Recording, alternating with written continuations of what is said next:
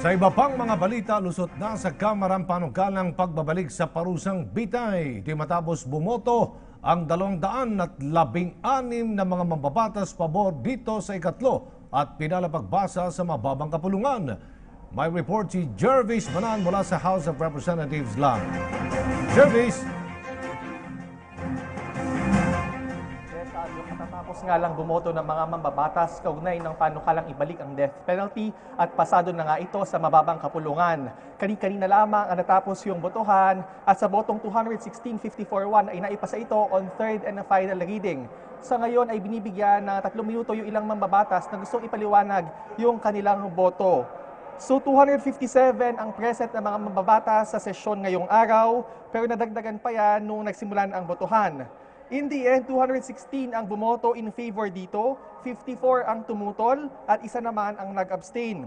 Kasama sa mga bumoto in favor of the bill ay ang leadership ng Kamara, kabilang na sina Speaker Pantaleon Alvarez, Majority Leader Fariñas, Justice Committee Chairman Ray Umali, Deputy Speaker Gwen Garcia, Deputy Speaker Fred Castro at iba pa.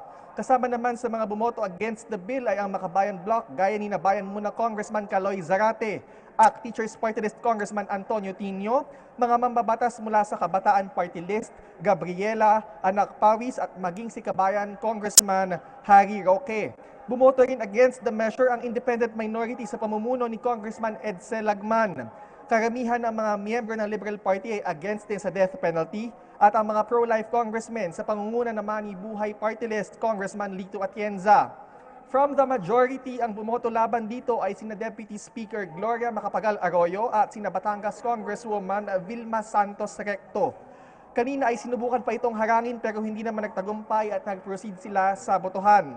Aljo at Cathy, 8 buwan ang itinagal mula nang ihain ito hanggang sa maaprubahan ngayong araw. Sa pag-cover natin dito sa Batasang Pambansa, simula ng Duterte administration ay ito na nga yung pinaka-divisive at controversial na issue na ating nakita. Halos dumaan ito sa butas ng karayom dahil maraming ibinabatong mga kritisismo laban sa pagbabalik nito. Pero giit naman ng mga tutol, masyado raw minadali ang pagpapasa ng panukalang batas. 7 araw lang kasi itong napagdebatihan at 7 mambabatas lamang yung nakapag-interpellate dito. Ang purpose kasi ng debate is to thresh yung mga issues sa muling pagpapatupad nito, lalo na't buhay daw ang nakasalalay. Kanina ay nakausap natin si Speaker Pantaleon Alvarez at sinabi niya na itutuloy nila yung pagpapalit ng mga House leaders na bumoto laban o nag-abstain sa death penalty. Sa katunayan ay milistahan na raw sila ng mga mambabatas na ipapalit nila sa mga mababakanting pwesto. Right now, sa bersyong ipinasa ng Kongreso ay tanging drug-related charges lamang ang pwedeng patawan ng death penalty. Hindi pa kasama ang plunder, treason at rape, pero plano raw itong isunod ni Speaker Alvarez.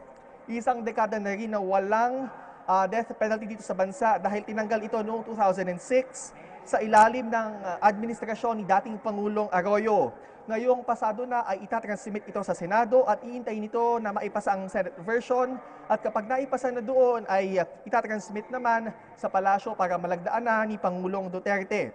Ang pagbabalik ng death penalty ay isa sa mga pinakamalaking campaign promises ni Pangulong Duterte dahil ito raw ang sagot sa kriminalidad sa bansa. Pero para sa mga anti-death penalty congressmen ay hindi pa naman daw tapos ang laban dahil ia-apela pa raw nila ito sa Supreme Court. Yan muna ang latest mula dito sa Batasang Pambansa. Balik sa inyo, Aljo at Cathy. Maraming salamat, Jervis Manahan.